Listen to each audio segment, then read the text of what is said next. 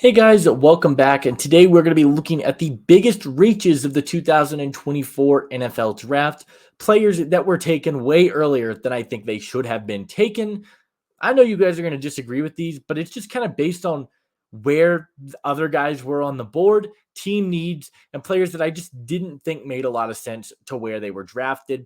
Leave a like on this video, subscribe if you are new. Go check out the biggest steals of the 2024 NFL draft if you guys are interested in that. I've got my full grades, my top undrafted free agents coming up later after the draft as well. So stay tuned for that. Leave a like and subscribe. Let's take a look at the biggest reach, and it's got to be Michael Penix Jr. at 8. I love Michael Penix Jr., the prospect. I don't think there's anyone with the arm talent in this draft class that has the arm talent of Michael Penix Jr. He can fit the ball, and he can make any throw you want him to make. The injury history is concerning. He's had multiple injuries, but he's played a couple of fully healthy seasons for Washington. I think he's going to be a fine quarterback. Would I have taken him at 8? Probably not.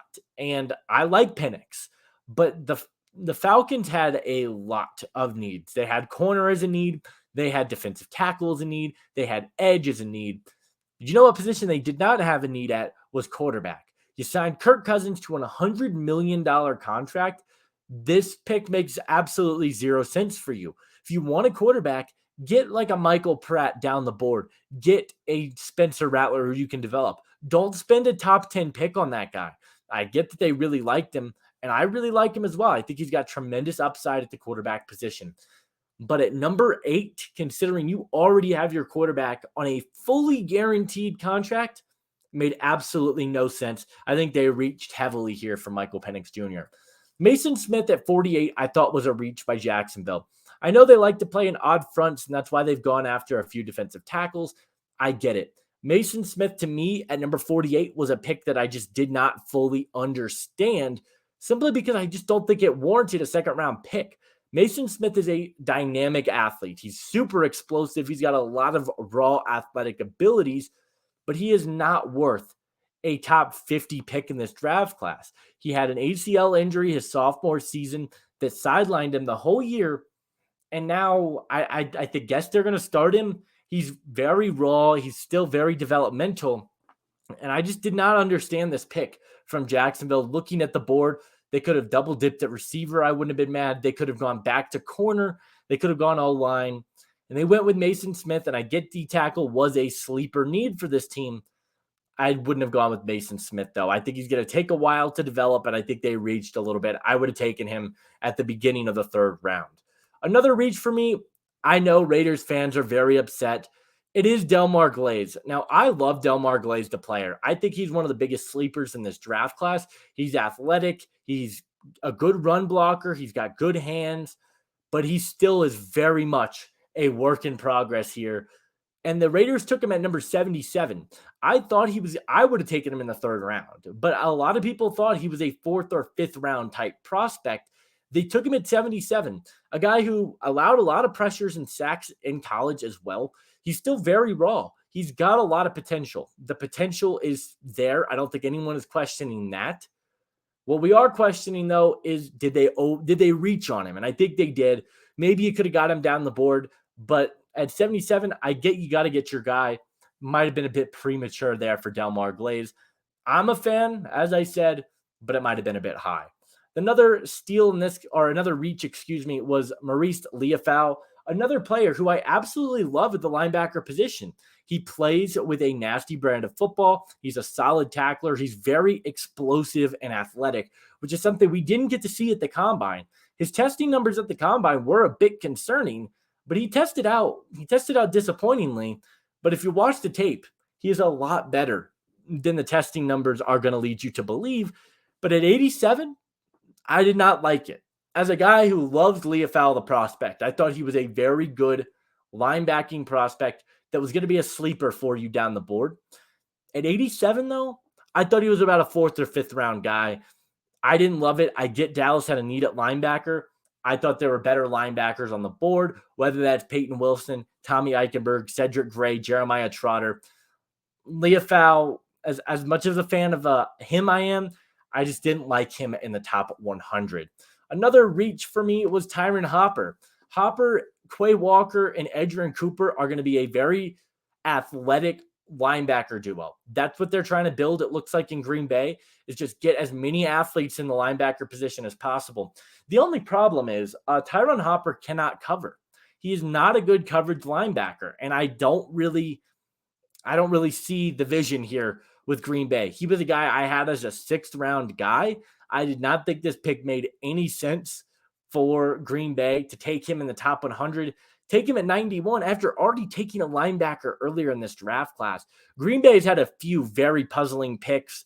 Another one that will be on this list, but Tyron Hopper at 91, not a pick I'm in love with. I get you might play him off the edge because he has lined up there. He's a good pass rusher, but not really sure what Green Bay was wanting to do here at 91. I think they overreached here. And I think, again, if you would have gone double dipped at linebacker, it would have been fine.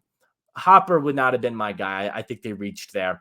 Another pick was Evan Williams. Evan Williams is a guy who seemed to be around that 5th, 6th round range. They took him, at the very beginning of the 4th round. They didn't hesitate. They moved up, I believe, to get him as well. And Evan Williams was fine. He showed out at the Senior Bowl. He's got pretty good size. Again, another team, good safeties on the board, another one of which they took later on in Kitchen Oladapo, which I think was their best pick of the draft, in my opinion. Evan Williams at number 111, though, not a fan of it. I just didn't think it made a lot of sense. I thought you took Bullard earlier, and then you took another one. I'm assuming they're going to play Bullard in the nickel. You still have more linebackers than I think you know what to do, or more safeties than I think you know what to do with. Green Bay kind of just threw a dart at a dartboard here, I felt like, with this draft. They did it last year, and I didn't love their class, taking Sean Clifford. I thought they overreached on a couple of those guys, but Evan Williams at number 111 did not make very much sense to me. Another pick that made no sense. I'm sorry, Lions fans. I've praised Brad Holmes, Dan Campbell for a long time. It was Giovani Manu. Not only did you get this guy at 126, you traded up for this guy. I get offensive line. You can never have too many of these guys. This is a guy that really not a lot of people had been talking about. He's coming from British Columbia in Canada, doesn't have a ton of football experience. Now, he is a freak. I believe he's around like 6'8". He's got ridiculous size on him. But we really don't have a lot of tape access to this guy. I guess they're trying to get a Jordan Mailata here, a guy that they can develop, but they didn't need this. There were receivers on the board, defensive tackles on the board, edge rushers. You didn't need a 3rd tackle. Taylor Decker's a good tackle. Penix Jr is arguably the best tackle in the league. Did you really need to go out and grab another tackle? I didn't think so, and sure enough, they did. So at 126, I thought it was a bad decision there from the Detroit Lions, and I just didn't understand the pick. Another pick I did not understand was Tarheeb Still to the Los Angeles Chargers. Not because I didn't think they needed a corner. I did. I thought the corners on the board were better than Still. Still was a guy that I was not very high on. He's got solid size, but that's about it. I didn't really see a lot that warranted him being here. I thought he was probably going to be a 6th, maybe a 7th round guy. They get him at number 137. I didn't understand it. Now, they redeemed it by taking Cam Hart 3 picks later, which I absolutely loved that pick. But I think Tarheeb Still, it just was not one that I was a big fan of. I thought they reached a little bit. They took him a little bit too early, ahead of corners that I think are better. So I didn't love that. And the last steal, or the last reach, I keep saying steal. The last reach for me was Dominick Hampton. This pick made no sense. A guy that was expected to go undrafted. I know a lot of people are going to praise the Commanders draft because they had so many picks. I don't think the Commanders really had a great draft, to be completely honest. Hampton is a fine safety that was moving up boards a little bit. But at 161, I thought you reached. You took Sainer Still with the intention of moving Quan Martin back to safety. Now, I'm unsure what the vision is because he's more than likely going to be the Cam Curl replacement in the safety room. Sainer Still is going to play in the slot. What do you do with Quan Martin now? What do you do with Mike Sainer Still? I think that secondary is all jumbled up, and we haven't even mentioned Emmanuel Forbes yet, who didn't have the greatest rookie season. I like that they went out and they got a safety. I thought they reached on Dominick Hampton with Kitchen Oladapo on the board, with Bo Braid on the board. I thought Kenny Logan was on the board. I thought there were players on the board that made more sense here. And at 161, I just didn't think the Dominick Hampton pick was a good one. But guys, let me know, who do you guys think was the biggest reach in the draft class? Leave a like, subscribe if you are new, leave that comment down below, and I'll see you guys in the next one. Adios.